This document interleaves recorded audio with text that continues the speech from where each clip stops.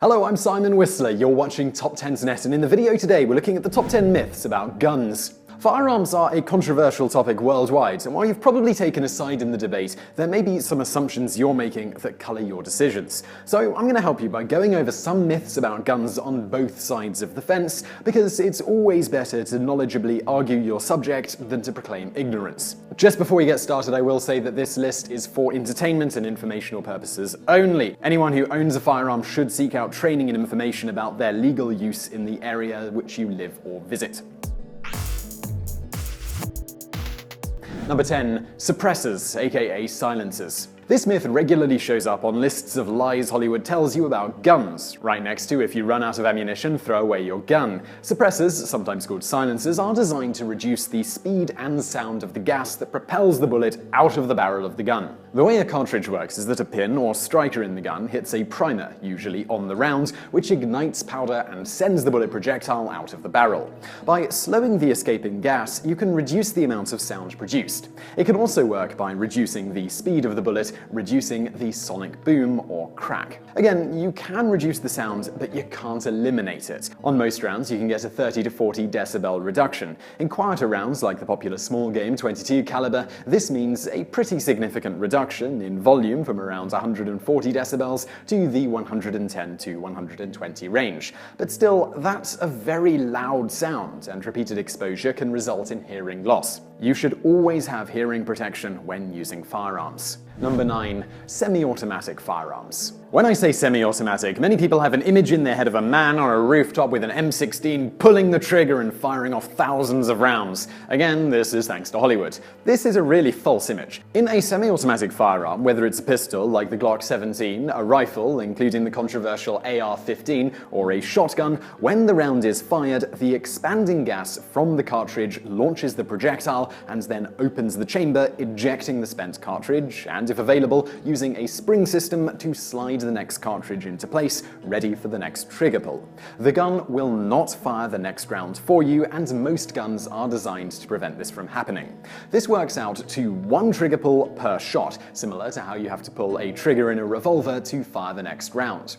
Fully automatic weapons that fire multiple rounds with one trigger pull do exist, but they are mostly illegal for citizens to own in the United States. You have to go through some serious federal licensing headaches in order to get one. Number 8. Assault rifles. There's a lot of debate over the use of assault weapons, but sadly, there's not a lot of actual information. So let's sort through what we actually have.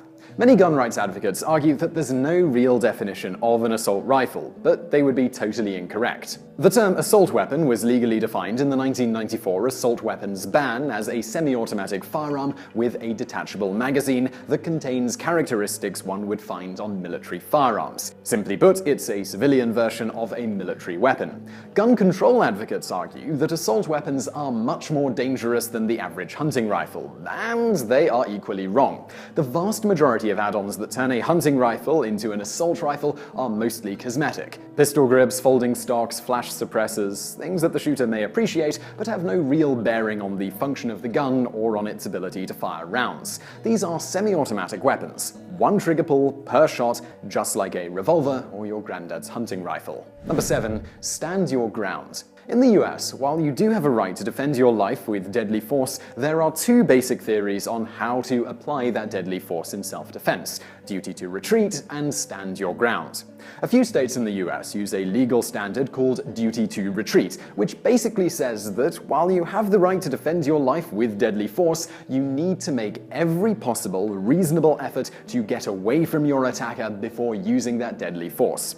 While this sounds nice in theory, in practice it means that a person who has to use deadly force to defend their lives may have to appear in court and be tried as a potential murderer, spending tens of thousands of dollars and potentially ending up in prison for the rest of their life, all because someone else tried to kill them and they didn't want to die. Now, on the other end of the spectrum, you have something called stand your ground, also known as castle doctrine. Basically, this doctrine states that whatever space you're occupying at the moment, you do not have to leave that space in order to defend your life. If someone is coming to kill you, you can pull your weapon and stop them with deadly force. Some states who have this law also protect those who've used it from criminal as well as civil liability. Again, it's great in theory, but not so much in practice. There have been dozens of cases where judges and juries have grossly misinterpreted these laws, acquitting people who chased down attackers out of revenge. Between the extremes, you have a patchwork of laws around the country that fall somewhere in the middle. Some states allow a citizen to use the castle doctrine defense in their homes. Other states say they don't really have a duty to retreat in law, but do in practice. Gun laws are very complex, and that's why it's very important to know what they are before you purchase and use a firearm. Number 6. Magic bullets. Every so often, there's a new concern over a new type of cop-killer bullet that will magically defeat everything in its path. The truth of the matter is this: there is no such thing as a magic bullet. However, knowing how your bullet will behave when it reaches its target is crucial in deciding what kind of bullet you need to choose. Let's talk about hollow point bullets. Hollow point bullets are designed to dissipate their energy into their target, reducing penetration into the target, thus lessening, but not eliminating, the likelihood of it coming out the other side and harming someone else. In contrast, a full metal jacket is designed to penetrate its target and continue until it slows to a stop. That's why hollow points are usually recommended as a good personal defense round. It's more likely, should you have to use it, to stay in the bad guy and not harm anyone else. Over the years, design, naming, and manufacturing tricks have given a great deal of concern to some people. The key to remember, though, is that at the end of the day, there's not much you can do to make a bullet more or less dangerous that hasn't already been done. Number 5. Self-harm. You may have heard that you're 43 times more likely to kill yourself or someone you know than you are to kill a criminal with a gun. This statistic is from a study done by Dr. Arthur Kellerman back in 1986 and is used by gun control advocates to challenge the usefulness of owning firearms. But is it a myth? The answer is, well, kinda. The devil is very much in the details of this strongly criticized study. Part of the problem is that Kellerman, in his study, only focused on gun deaths and not gun use, ignoring incidents where guns protected but did not take life. He was also criticized for failing to provide complete data, recognize contradictory studies, and include suburban or rural areas in his studies. However, common sense does dictate that people who own guns are more likely to use them than people who don't, often in tragic ways. Statistics show that more gun deaths occur via suicide than by homicide and accidental shootings combined. Our advice is this, and that's that if you do own a weapon, make sure that you have someone you can trust who can take that gun away from you if you show signs of suicidal behavior. Number 4. It's easy to buy a gun. After tragic events, there's often a focus on how firearms are acquired by members of the general public, usually focusing on strengthening requirements and restricting access to certain types of weapons. The result has been a series of laws that have been designed to keep guns out of the wrong people's hands. If you've never bought a gun, you may be surprised at all the hoops you have to jump through in order to get one. To start off with, many states have some sort of licensing or permitting process for guns and gun owners, which can take weeks or even months to complete. Once you have your permit or license, you have to meet a fairly long set of federal requirements: age, legal status, mental status, etc., in order to purchase a firearm. Federal firearms license dealers are required by law to do an instant background check on you to make sure you're not on the FBI's long list of people who can't own a gun. Only after you jump through all of the hoops are you allowed to walk out of the door with your gun. Even private sales between individuals can be very complicated. And then there's also the part where you have to pay money for the gun. Guns, in case you've never been shopping for one, tend to be expensive, and fluctuating supply and demand can quickly drive prices up. Even in the cheapest of times, guns are an expensive investment. You can easily spend between $300 to $600 on a decent, low-cost handgun, rifle, or shotgun, and it's very easy to spend more. This doesn't include the cost of licensing, accessories, as well as ammunition. Training costs and range time are also investments that can cost big money. If you go hunting, purchasing the right equipment is also a big investment, as is the investment of processing your harvested meat. Used guns can save you some money, usually about 20 to 30%, but make sure to have them checked out by a knowledgeable person before you buy them. Number 3. You need a big gun.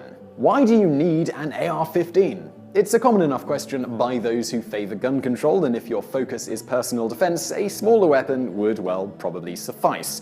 When we get down to simple practicality, a lot of people who look at guns get weapons far more powerful than they actually need, and in doing so, they put others at risk. If you live in an apartment complex with people on the other side of the typical apartment paper-thin walls, while it may be cool to own a larger caliber handgun like a .45, you take the risk that a missed shot, which you are legally liable for, will go go through the wall and injure someone other than the person coming after you.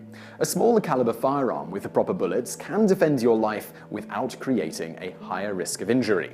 The same concept exists for hunting. A lot of hunters tend to prefer larger rounds like the .30-06 Springfield to take down their prize whitetail. The problem with this round is that in areas where the distance between you and the target is likely to be less than 100 to 150 yards, the round is very overpowered. The key here is to think of guns as tools, and you need to pick the right tool for the project. You wouldn't use a 30-pound sledgehammer to pound in a nail for the family portrait, so you probably shouldn't use an overpowered gun to hunt squirrels. Similarly, you wouldn't use a tack hammer to break up concrete, so you probably shouldn't use an underpowered gun to take down a grizzly bear. Number 2. Gun control and crime rates. One of the biggest debates in the US is whether gun control actually reduces the rate of crime. Gun control advocates point out that other countries with heavy gun control tend to have lower murder rates, while gun control opponents point out that while strict gun control has been implemented in the US, violent crime has skyrocketed. So, what's the truth in all of this? Well, if we look at the top 20 cities for murder per 100,000 residents, we find that 9 of them are in 7 of the states with the strictest gun control laws in the country. However, 11 of them are in states that have fewer restrictions on guns, with the top 3 most dangerous cities, New Orleans, LA, Detroit, and St. Louis, are in states that have a lack of gun control. So what can we draw from this? Well, the first thing is that gun control doesn't actually work. Even if Chicago isn't as violent as New Orleans, it's still a violent place to be, where handguns were banned until relatively recently, and yet mysteriously people were still murdered with them. Scientific studies have backed up this conclusion. It's like the laws against illicit drugs. Those drugs are illegal, and yet people who shouldn't acquire them still do. So what's the solution? Well, there is a correlation between gun violence and another metric, socioeconomics. To put it simply, the same cities you tend to see on the top of the murder list are the same cities you see on the top of the poverty rate list. So the question then becomes, what can be done to lift these poverty-stricken areas out of poverty? If you come up with a workable solution to that, do be sure to let us know. Number 1. The Second Amendment. Lots of international folks wonder why the US doesn't just ban all guns, and the reason is found in the Constitution, in specifically the Second Amendment. The problem is that most people don't really understand what the Second Amendment means, and the result is a lot of arguing on both sides. So I'm going to try and help clear things up.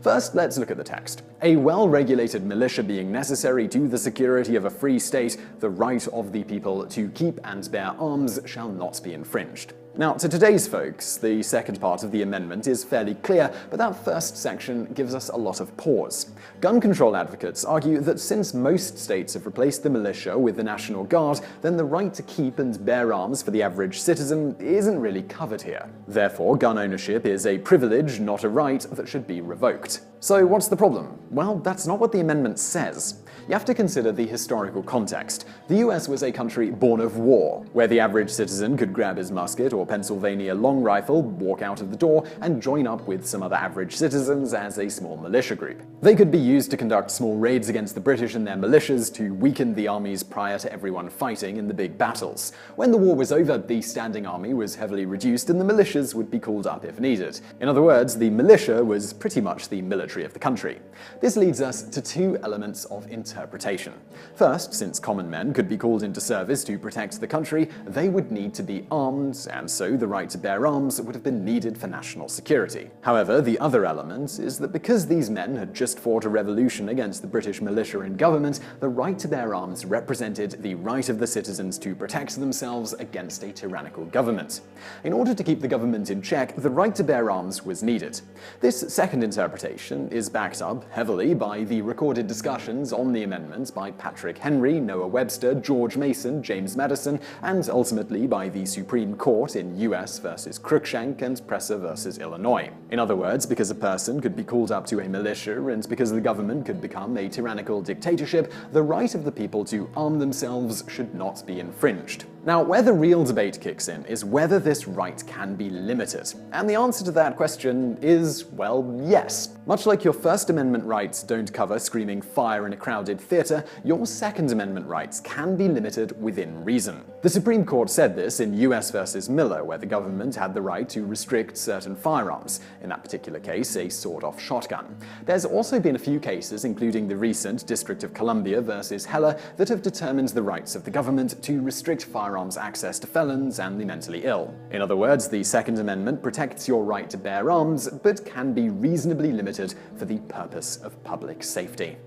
So I really hope you found that video interesting. If you did, please do hit that thumbs up button below, and don't forget to subscribe if you haven't already for brand new videos just like this every day of the week. Also over there on the right, a couple of other videos that you might enjoy if you enjoyed this one. And thank you for watching.